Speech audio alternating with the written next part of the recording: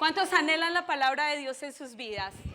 Pues les invito a que se dispongan. Si usted trajo su Biblia, ábrala conmigo, porque ¿cuántos saben que venimos a estudiar la palabra de Dios? Amén. Venimos a aprender de Dios, y si usted trajo su Biblia, trajo su libreta de notas, pues aproveche la oportunidad, porque sé que esta palabra va a transformar nuestras vidas. El primer personaje o la primera persona que es bendecida, que es transformada a través de la palabra de Dios, es quien la prepara. Cuando estamos ahí abriendo la Biblia, escudriñando, yendo profundo, nuestro corazón se quebranta de tal manera que tenemos que parar muchas veces y volver a escribir, porque es Dios hablando a nuestros corazones. Y quiero contarles que esta palabra el Señor la trajo a mi vida de una manera tan especial, que me quebrantó y que ha hecho que hayan cambios en todo mi ser, y por eso quiero compartirla con ustedes. Como les dije ahorita, el tema es gente rota. Vamos a hablar de gente que Jesús sana y gente que Jesús perdona. Pero quiero comenzar contándoles una historia. Se dice que en la India había un señor que se dedicaba a cargar agua. Él se ponía como un palo aquí así en la espalda y se llevaba 2 tinajas de agua. Nosotros les llamamos baldes, vasijas, recipientes. En otros países les dicen palanganas.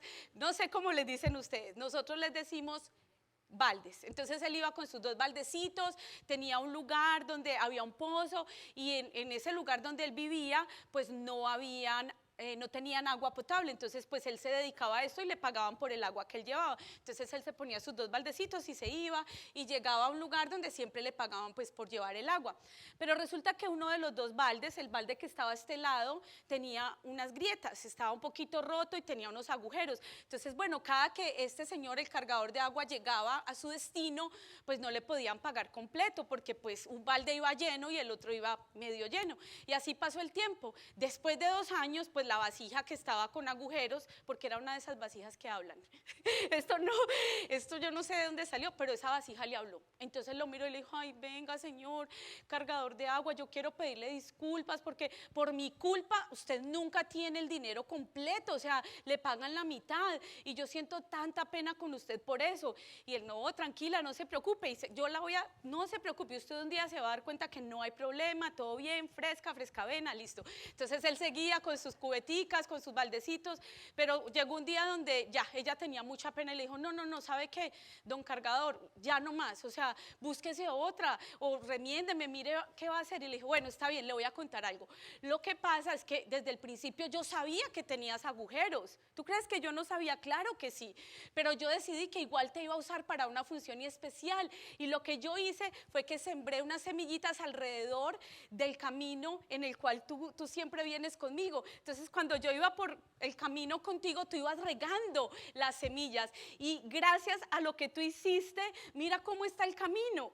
Y resulta que este balde nunca se había dado cuenta que él tenía una función muy especial, y todo el camino se había llenado de esas hermosas flores. Esa vasija tenía un propósito, y él le dijo: si no fueras exactamente como eres y con todos tus defectos, no hubiera sido posible tanta belleza. Y así es la gente que Jesús escoge, así es la gente que Jesús sana, porque ¿cuántos saben que la palabra de Dios dice que Él vino a sanar y a salvar lo que se había perdido?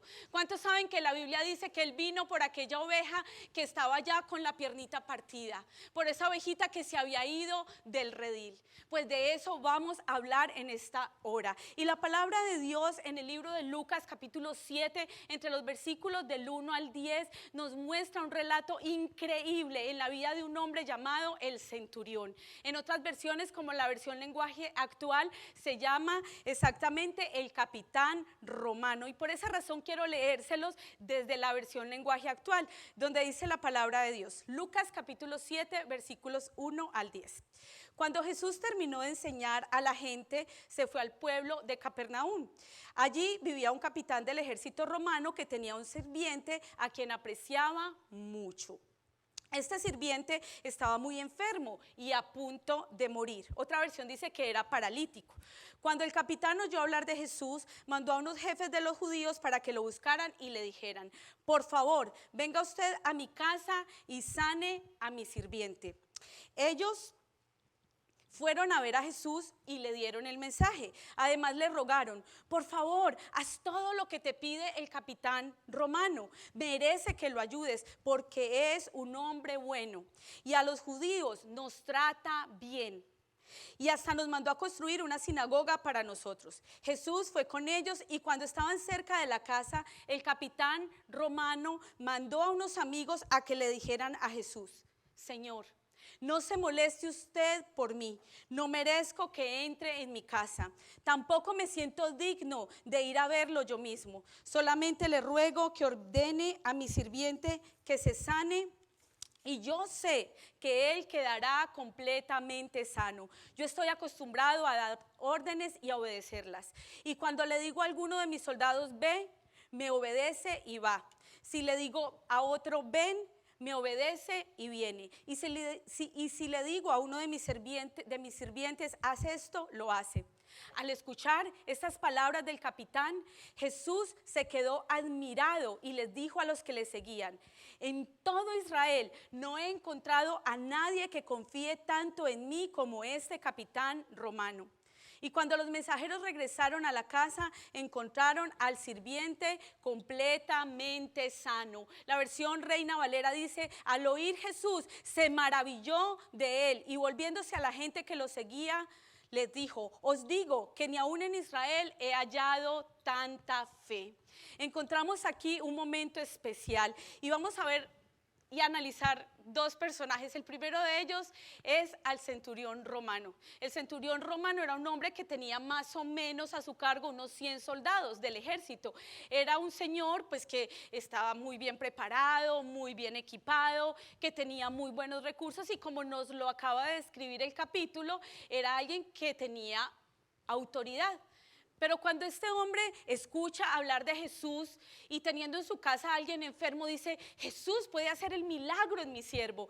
¿Qué nos deja ver ese versículo específicamente sobre este señor, sobre el centurión? Es que era alguien que era amoroso, era alguien que tenía misericordia, puesto que estaba interesado por su siervo. Dice, está enfermo, como les dije ahorita, otra versión dice que era un paralítico, pero no solo eso, estaba a punto de morir, estaba muy grave. Pero el centurión romano, al escuchar de Jesús, al ver los milagros de Jesús, dijo, él es la persona indicada, el milagro puede ocurrir en la vida de mi siervo. Y por eso mandó a llamar a Jesús. Era un hombre bueno y él no solo era tan bueno en lo natural, porque en el versículo 4 nos lo dice de esa manera, y ellos vieron que era un hombre, vinieron a Jesús y le rogaron diciéndole, Jesús, él es digno de que le concedas esto. La otra versión decía, es un hombre bueno. Pero el versículo 5 dice, ama tanto a nuestra nación que nos mandó a construir una sinagoga. Era un hombre bueno, era un hombre que se portaba bien. Pero ¿saben qué pasaba con este hombre? Él pensaba que él era digno de recibir un milagro para alguien más.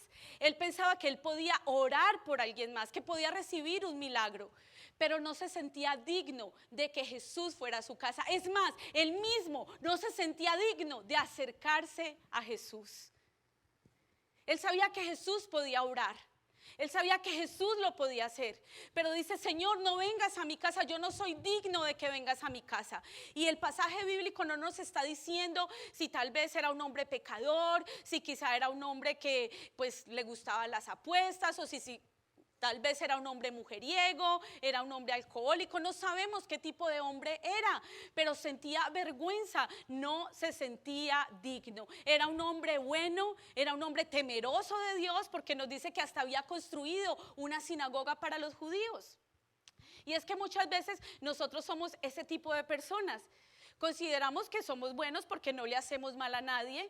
Alguien decía que los hombres piadosos se abstienen del mal, no porque amen a Dios, sino por temor al castigo. Entonces es un afán de buscar de pronto la salvación, de buscar algo bueno, pero no acercarse a Dios verdaderamente, porque quizá se podía sentir impuro, porque quizá no era la persona indicada. Escuché una frase que me llamó la atención y es que la religión es el esfuerzo del hombre por acercarse a Dios. La religión son los intentos humanos por encontrarse con Dios, pero en cambio Cristo es el intento del Padre Dios por acercarse a nosotros. Por eso esta palabra es relevante para nuestras vidas hoy. Se acerca un momento especial, se acerca el domingo 9 de abril, donde todos conmemoramos la muerte y la resurrección de nuestro Señor Jesucristo. Conmemoramos que Él vive y que vive para siempre, pero este pasaje nos deja ver una persona que no era creyente, era una persona simpatizante, era una persona que veía a Jesús y que podía creer en Jesús, pero que tal vez no le creía a Jesús, no había hecho a Jesús el Señor y Salvador de su vida, le parecía que era alguien especial. No solamente eso, confiaba en Jesús, tenía fe en Jesús. ¿Tienes tu fe en Jesús? Estoy segura que sí, por algo estás en este lugar, pero ¿será que le crees suficiente? ¿Será que te sientes digno, que te sientes digna? Porque quizá esa sería la razón por la cual muchas veces tú no entras a la presencia de Dios, solo estás ahí, pero tu mente está en otro lugar. ¿Cuántos sabían que nosotros tenemos unos viajes mentales así, como que por ratico nos desconectamos? Y no porque fumen nada por allá raro ni nada, pero nos desconcentramos en la alabanza. A veces uno está ahí sentado en el servicio y uno se va por un ratico. Uno empieza a pensar en cosas, en la tarea que no hizo los muchachos, no sé. Nos desconcentramos fácilmente, no todos, algunos con mayor facilidad que otros. Como que nos vamos por un momento. Pero cuando tú vienes y estás metido en la presencia de Dios, estás enfocado en lo que estás, ese es tu momento con Dios. Y eso es lo que Él está haciendo. Él hace que podamos sentirnos dignos de Él. Pero Jesús se admira de tal manera de ver el respeto de este hombre, que entonces ahora vamos a ver las dos cosas que Jesús hace. Y lo primero que Jesús hace en el versículo 6 es que va con ellos. Dice la palabra, y Jesús fue con ellos. Simplemente se dispuso. ¿Sabes cuál es la única oración que no es respondida? La que tú no haces. ¿Sabes cuál es el único pedido que tú no recibes? El que tú no te atreves a hacer, porque la palabra de Dios dice, buscadme y hallaréis. La palabra de Dios dice que todo el que toca se le abrirá. La palabra de Dios dice que el que busca encuentra, y si tú le buscas, Él se manifestará a tu vida. Dios está en todas partes, pero no se manifiesta en todas partes. Él está en este lugar, Él se quiere manifestar a tu vida, pero necesitas sentirte digno, digna de su amor. Quizá tuviste una semana difícil, una semana en la cual volviste a fallarte a ti mismo, a ti misma. Tal vez le fallaste a Dios, a tu familia. Pero el Señor quiere hacerte digna, y Jesús, cuando vienen a buscarlo, Él acude en ayuda. Y dice la palabra de Dios, fue con ellos. La única respuesta. Y cuando volvemos a encontrar a Jesús en este mismo capítulo, es exactamente en el versículo 9, cuando dice la Biblia, al oír esto, Jesús se maravilló de él. Hay una cosa con la cual tú puedes admirar a Jesús. Hay una cosa con la cual tú puedes sorprender a Jesús, y eso es con tu fe. Porque la palabra de Dios en Hebreos 11:6 nos dice que sin fe es imposible agradar a Dios. Porque es necesario que el que se acerca a Dios crea que le hay y que es galardonador de los que le buscan. Tú y yo necesitamos fe para agradar a Dios. Y este hombre, a pesar de que no se sentía digno, tuvo fe. A pesar de que sentía que no merecía ni acercarse a Jesús, tuvo fe. Y si en esta hora estás en este lugar, es porque en tu corazón hay una semilla de fe. Y esa semilla de fe necesita crecer. Porque la palabra de Dios nos recuerda que la fe, siendo una semilla tan pequeña, puede crecer como la más grande de las hortalizas, dice la palabra. Tu fe puede ser muy pequeña, pero puede crecer como la del centurión.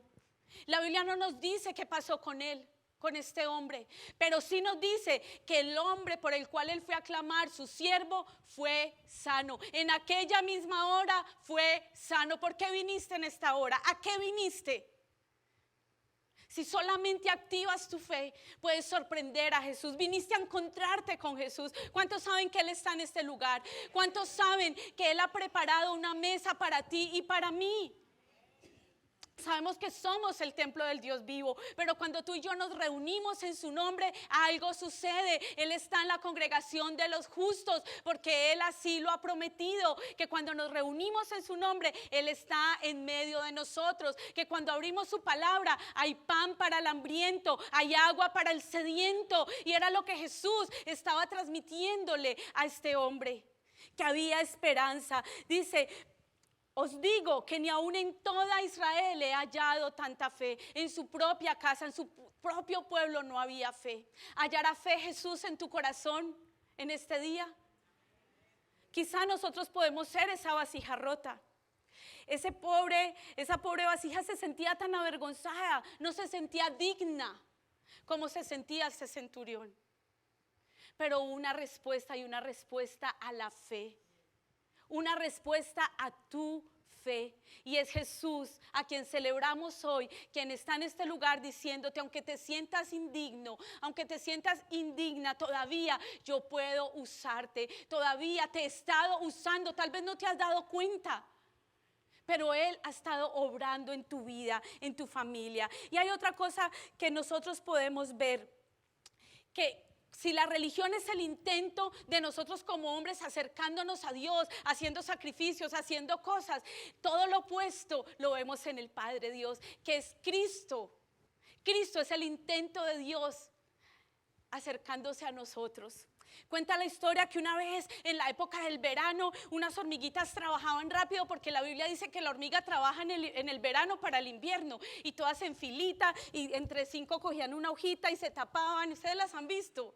Me encanta ver hormigas, y no hablo con ellas ni nada, pero sí las veo, por eso que no crean que se me corrió el champú. Pero las hormiguitas iban todas ahí, y entonces, porque esta historia tiene que ver con eso, iban todas las hormiguitas ahí y estaban trabajando porque ya venía el invierno, cuando un cuervo, de esos cuervos negros por allá así volando, yo creo que era un gallinazo, bueno, no sé, otras partes le dicen sopiloto, ¿cómo más le dicen? Chulo. Les dicen los chulos, en Bogotá, en Colombia les dicen chulos. Iba el chulo así, todo chulo, y entonces iba volando, y cuando vio las hormiguitas, y mira para allá, yo creo que era en California, porque se estaba levantando un incendio. Y entonces ya ves, ese cuervo ve el fuego y dice: Dios mío, se van a quemar. Y entonces era desde allá, y intentaba gritarles: hormiguitas, hormiguitas, miren, viene el incendio. Y le hablaba a la capitana, le hablaba a todo el mundo, y no, las hormigas no le entendían.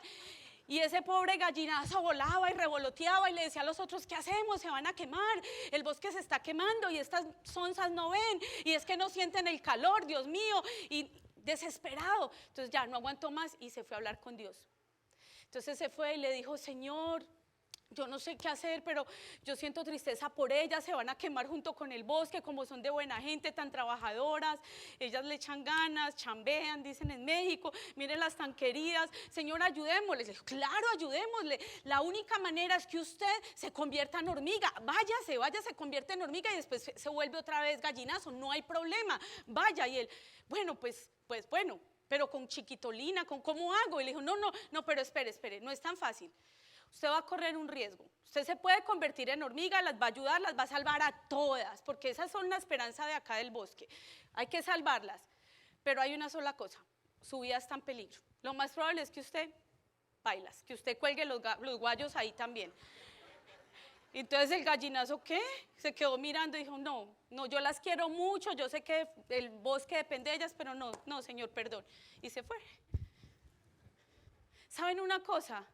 La historia del amor de Dios es todo lo contrario. Era el hombre en pecado, era el hombre a punto de ir al fuego y al fuego eterno. Eso ya no es tan chistoso, porque la palabra de Dios nos habla de la vida eterna, nos habla del cielo, pero también nos habla del infierno, nos habla de que hay salvación en Cristo, pero que también hay un lugar de condenación.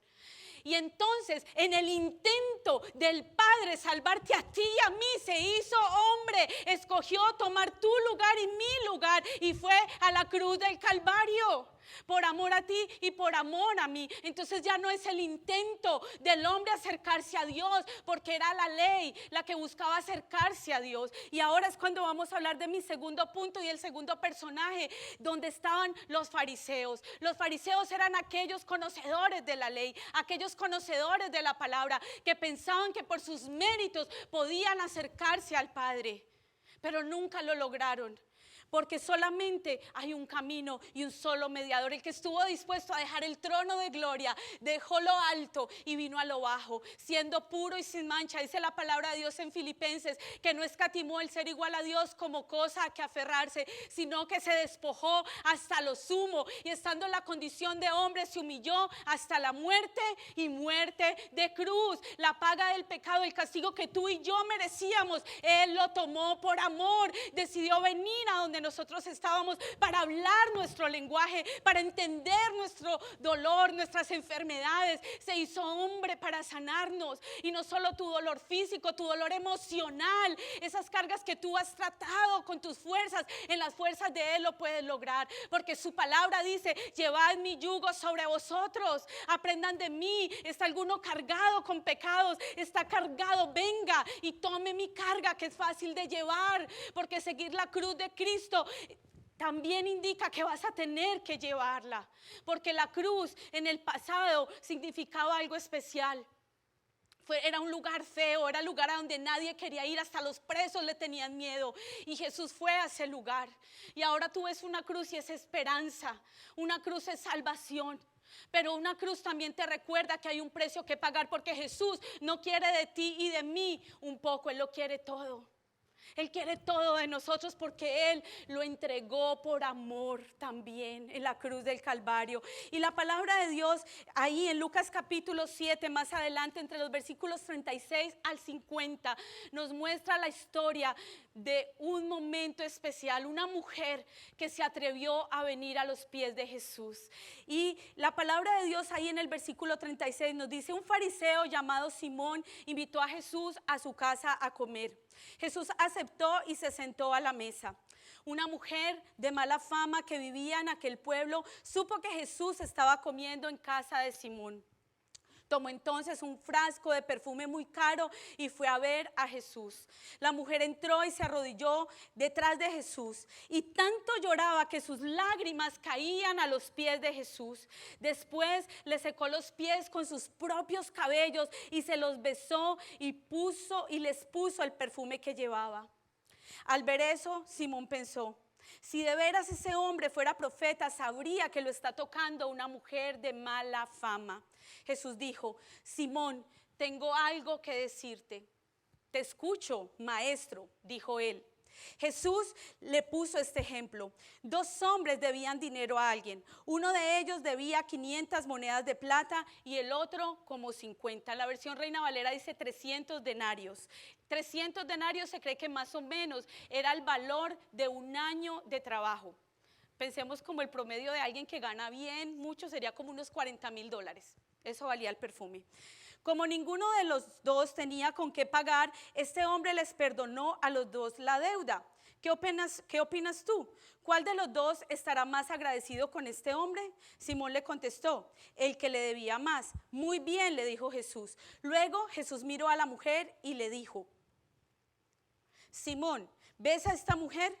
Cuando entré a tu casa no me diste agua para lavarme los pies. Ella en cambio me los ha lavado con sus lágrimas y los ha secado con sus cabellos. No me saludaste con un beso. Ella en cambio, desde que llegué a tu casa, no ha dejado de besarme los pies. Tú no me pusiste aceite sobre la cabeza. Ella en cambio me ha perfumado los pies. Me ama mucho porque sabe que sus muchos pecados ya están perdonados. En cambio, al que se le perdonan pocos pecados, ama poco. Después Jesús le dijo a la mujer: tus pecados están perdonados. Y los otros invitados comenzaron a preguntarse: ¿cómo se atreve este a perdonar pecados? Pero Jesús le dijo a la mujer: tú confías en mí y por eso te has salvado. Vete tranquila. Vemos aquí 3 personajes. El primero de ellos es el fariseo. El fariseo era aquel que quería acercarse a Jesús por sus propios méritos. El fariseo era el religioso, que pensaba que a través de la religión iba a alcanzar la salvación. Él cumplía no solo la ley de Moisés, cumplía los preceptos, cumplía todo lo que podía hacer en sus fuerzas. Este era un hombre que invita a Jesús, quizá para que todos ahí en aquel lugar se enteraran que él conocía al personaje de la época. Uy, va a estar en mi casa Jesús. qué chévere, se tomó la foto, selfie, yo creo que boomerang, Jesús, hagamos boomerang. Y Jesús como, bueno, hágale pues, porque Jesús era chévere, yo creo. Yo no me lo imagino así todo, no, él, ay, bueno, listo. Y con la chancleta, así, todos así, no sé qué hicieron de boomerang, pero hicieron boomerang, algo pudo haber pasado en ese momento y tienen un tiempo para compartir. Pero imaginémonos cuál era el pensamiento del fariseo. Él dijo, bueno, muchos se van a enterar que Jesús vino a mi casa, yo tengo platica, yo tengo influencia, pues invitémoslo a la casa. Pero no solamente eso, vamos a saber que este hombre tuvo 3 cosas que no hizo. Y la primera cosa que él no hizo fue que no le dio agua. ¿Quién no le da ni agua a un invitado? Imagínense, no le dio agua. Lo segundo fue que no lo besó. La cultura y la costumbre de ellos era que se saludaban con un beso. Él, ya está Jesús y él me imagino que a la carrera, queriendo hacer todo, pongan bien el celular para que no, creo que no había teléfono, pero bueno, pongan bien todo para que se vea bonito y que todos se enteren y publiquenlo en el periódico, no sé dónde, un telegrama, yo creo, mándele telegrama a todo el mundo y cuenten que Jesús está en mi casa. Y estaba en su afán y ni siquiera le ofrece agua a Jesús, no lo besa a Jesús. Tampoco unge su cabeza. Se supone que cuando ellos llegaban a un lugar, pues ellos no eran carreteras como las nuestras, asfaltadas, ni había andén, nada de eso. O sea, era carretera destapada, había tierra y ellos andaban en sandalias. Entonces, cuando un invitado llegaba a su casa, recordemos que ellos comían en el piso. O sea, en la cultura oriental ellos se sientan y ponen sus cojincitos, ponen su pan árabe, me imagino, ponían arepa colombiana, ponían, ¿qué más? De todo, ponían ahí en la mesa, se sentaban a comer, pero entonces sus pies quedaban al descubierto. Imagínese uno con los pies llenos de arena, de todo lo que habían caminado. Jesús venía caminando por muchos recorridos largos con sus discípulos y la costumbre era esa, el siervo de la casa, los empleados traían una vasijita con agua y le lavaban los pies a los invitados, pero este Simón no había hecho nada de eso, ninguna de esas cosas. Pero no solamente eso, pensó mal de Jesús. Porque lo dice claramente el versículo 39, cuando entra aquella mujer a la casa de Simón, dice, si de veras este fuera profeta, sabría que lo está tocando una mujer de mala fama. Y cuando Jesús le dice, espere, le voy a decir una cosa, le dice, sí, maestro. ¿Sí es tan hipócrita? O sea, le dice, si fuera en su mente, si ese fuera un profeta, sabría. Entonces, podemos ver todo lo que estaba pasando en la mente de Simón. Estaba leyendo un comentarista bíblico que decía, ¿cómo esa mujer pudo entrar a la casa de Simón si ellos tenían como un patio principal en la entrada? O sea, tenían un lugar donde comían como pasabocas, le decimos nosotros como boquitas, le dicen los de otro lado, entremeses, ¿cierto? Como unos pasaboquitas ahí mientras que ya entraban a la comida, ¿cierto? Uno les tendría ahí nachos con guacamole, empanaditas chiquiticas, arepitas colombianas con guisito, bueno, venezolanas. Le tendríamos ahí en la entrada sus cositas a los invitados. Pero esta señora no entró por la puerta principal, era una reunión de hombres, estaban los señores. ¿Por dónde entró? ¿Y por qué ella conocía esa casa? ¿Por qué entró? Porque este señor al quien le dijo que ella era de mala fama y por qué la estaba juzgando. Quizá ella tenía algo en su aspecto que denotaba que era una mujer de mala fama, o quizá no, o quizá él sabía que ella era pecadora por alguna razón. No lo sabemos, pero al siguiente personaje que vemos aquí es a la mujer pecadora, una mujer que hizo todo lo opuesto al fariseo. Ella se aparece en la presencia de Jesús con un regalo y no solo eso, dice que se postra a sus pies, pero viene por detrás de Jesús. Y yo decía, ¿cómo hace ella para ungir a Jesús y regarle un perfume y hacer todo lo que hizo por detrás? Pues claro, ellos se sentaban y sus pies quedaban hacia atrás, o sea, al comer estaban sentados. Y yo pensando en los perfumes, les voy a contar, yo tengo esta loción. Ese perfume es muy especial para mi esposo y para mí, porque era el perfume que yo usaba, pues lo uso como desde que tengo uso de razón, mejor dicho, porque mi mamá vendía los productos de esa marca. Entonces, primero venía en un tarro plástico, así de fina era mi loción. Entonces venía un tarrito plástico, eso olía delicioso. Pero cuando nos hicimos novios, yo tenía 17, que asaltacunas, pero bueno, yo tenía 17 cuando nos conocimos y ya usaba ese perfume. Entonces, Él siempre me dice, ay, ese es mi favorito, puedo usar otros, pero a él le gusta que use ese porque pues le trae bonitos recuerdos, cuando asaltó una cuna y cuando, ya saben, cuando se metió a la casa del pastor y se robó la hija del pastor. No, no me robó, no, me llevó bien, pero bueno, a lo que les quiero contar es que ese perfume pues significa mucho para él, le han cambiado varias veces la presentación, pero no lo venden aquí, entonces cada que vamos, él dice, ay, consiga el perfume, y por eso tiene un valor sentimental, ni huele, eso se va ahí mismo, es un pachulí, le decimos nosotros, allá pachulí es esos perfumes que se van fácil, pero ese es el pachulí de nosotros. Bueno, uno tiene otros, que es bueno, que este me lo regaló una amiga que yo quiero mucho, ese me lo regaló otra amiga que también quiero mucho. Bueno, por lo general son las amigas las que le dan a uno las lociones. Las señoras nos gusta tener perfumes. Bueno, hay unos señores que tal vez entran acá y perfuman toda la iglesia, ¿no? Se bañó en perfume el hermano, pero bueno, mejor porque entre eso y otra cosa, pues uno prefiere. Pero los perfumes significan algo muy especial, pero ese perfume de esta mujer era un perfume especial. Y yo pensé que era el alabastro, que así se llamaba el perfume. No, el alabastro era el recipiente en el que metían el perfume. Y yo quise traerlo, pero no conseguí. Busqué y no conseguí un alabastro. Pero lo cierto del caso es que ella viene y trae ese perfume que era de tanto valor, un perfume en el que se dice que muchas personas lo que hacían era que invertían. La gente que no tenía tanto dinero, pues invertían esos perfumes y los mantenía guardados para un momento de emergencia, pues se lo vendían a otras personas que tuvieran mucho dinero. También otros dicen que era un perfume que era reservado para un día muy especial, quizá para el día del matrimonio, quizá para una ocasión que fuera, que de verdad tuviera una trascendencia. También yo me puse a buscar cuál era el perfume más caro del mundo y nuestro equipo muy lindo de Media, que está allá atrás, denle un aplauso, aprovechemos, gracias, los ponemos a correr. Ese perfume, ustedes no van a creer, vale 1.5 millones de dólares. Porque yo había encontrado uno y valía $340 y yo, uy, qué caro, pero se lo voy a pedir a Fede para Navidad. Aunque me diga que no, pero resulta que no. Ese es el perfume más costoso que encontramos, al menos en línea. Vale 1.5 millones de dólares. Tiene 3.571 diamantes. Toda esa partecita dorada que ustedes ven, eso es oro. Y todo lo que ustedes ven plateadito es plata original. Imagínense, yo creo que es más costoso el empaque que el perfume y pues no sé quién pueda tener ese perfume tan costoso. Solamente para que nos imaginemos lo que esta mujer estaba haciendo al entrar a ese lugar. Número uno, ella tampoco era digna, al igual que el centurión romano, ella no era digna de acercarse a Jesús. Los hombres y las mujeres no tenían ese contacto y una mujer como ella no tenía por qué acercarse a Jesús, porque todo lo que la Biblia nos dice de esta mujer es que era una mujer pecadora. Otras versiones dicen que era una mujer de mala fama, otras dicen que era una mujer que vendía su cuerpo. Y tal vez con el dinero con el que vendía su cuerpo compró ese perfume, no lo sabemos. Pero ella viene y se acerca a Jesús y viene y se sienta a sus pies.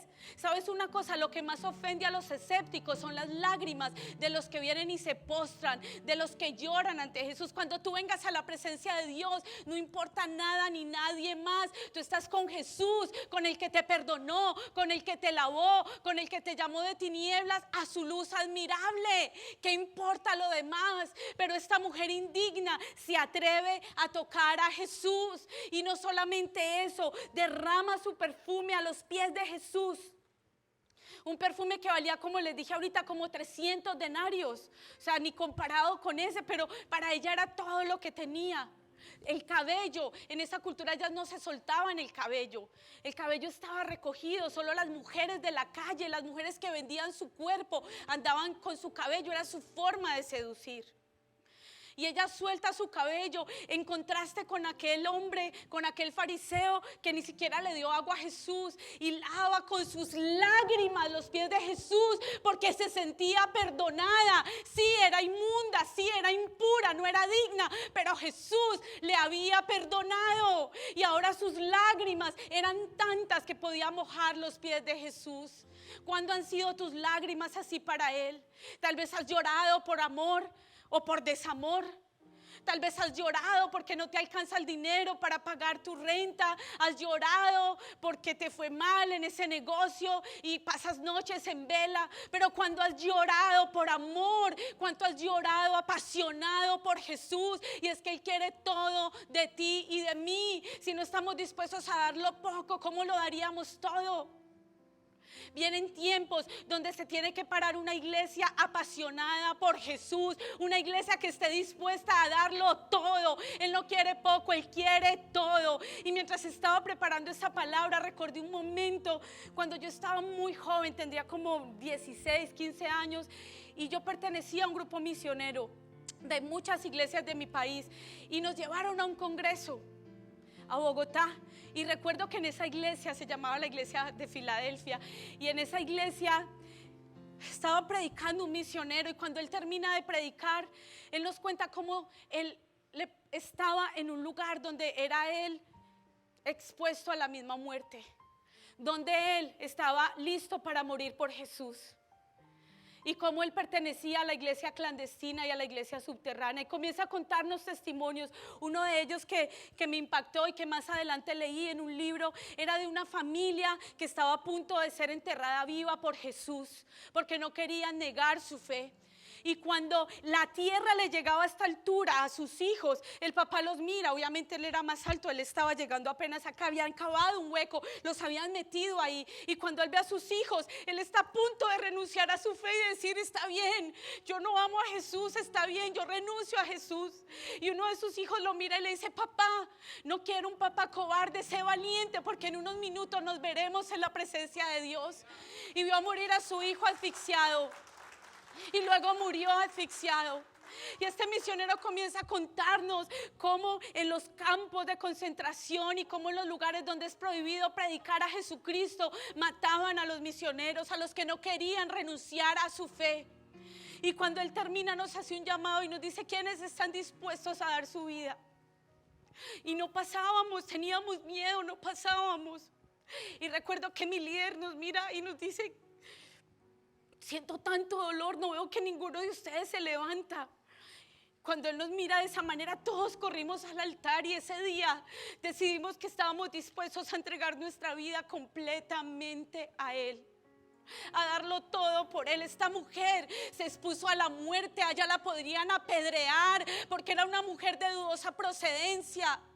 Y la estaban juzgando quizás los mismos que habían estado con ella, como a la mujer adúltera.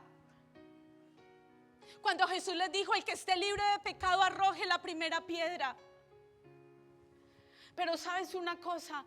Jesús hoy está tocando a la puerta de nuestro corazón y quiere que tú y yo seamos esa mujer que tal vez era indigna, pero que le puede decir: Señor, yo vengo a tus pies y yo quiero ungirte. Solo una cosa tengo que decirte, le dijo Jesús a aquel hombre. Y él le contesta hipócritamente: sí, maestro, acabando de pensar en su mente que él no era ni siquiera un profeta. Y Jesús le dice: a quien más se le perdona, más ama. Un hombre debía 500 denarios y otro debía 50. Y el mismo hombre al cual se los debía, los perdonó a ambos. ¿A cuál crees tú? ¿Cuál crees tú que estará más agradecido? ¿Cuál crees tú de los dos que amará más? Por supuesto, el fariseo le respondió: a quien más se le perdonó. A quien más se le perdona, más ama. A quien más se le perdona, más ama. Si tú has sido perdonado, nuestra respuesta, tu respuesta y mi respuesta es amor a Jesús. Yo no sé cómo has venido en esta hora, pero sí sé que Jesús derramó su vida por amor a ti, por amor a mí. Que en la cruz del Calvario se escribió una historia de amor. Somos vasijas de barro. La palabra de Dios en Jeremías 18 nos dice: levántate. Aquel momento donde el profeta recibe esa orden y le dice: ve a la casa del alfarero y allí te haré oír mis palabras. Y dice el profeta: y descendí a la casa del alfarero y ahí trabajaba sobre la rueda. y la vasija de barro que él hacía se echó a perder en sus manos. Jeremías 18, estoy leyendo entre los versículos 2 al 6.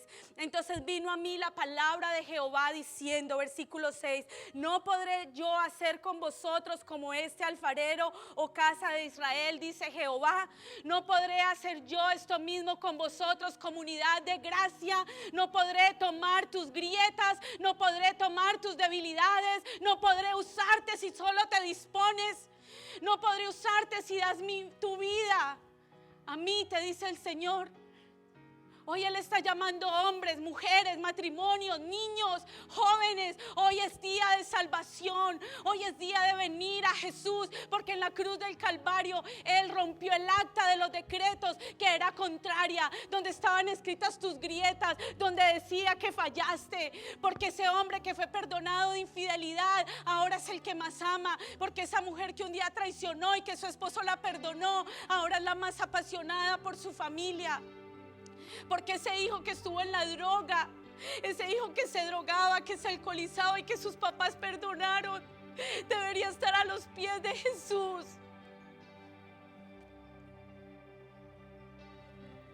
Él está llamando, iglesia. Tal vez tú eres esa vasija rota, pero así te está usando hace tiempo y no te has dado cuenta. Tal vez tú eres ese centurión que tiene fe y que asombras a Jesús con tu fe, pero que todavía te sientes indigna de tu milagro. Tal vez tú eres ese fariseo que piensa que Jesús está en tu casa y hasta vienes a la iglesia y le cuentas a otros que tú eres creyente, pero todavía no puedes derramar tu corazón y darlo todo. Es tiempo de darlo todo, porque Él no quiere un poco, Él lo quiere todo, todo. Todo en tu trabajo, en tu estudio, con tus hijos, con tu familia. Él está aquí, iglesia. Yo puedo sentir su presencia, la presencia del mismo Jesús diciéndote: no podré hacer lo mismo contigo.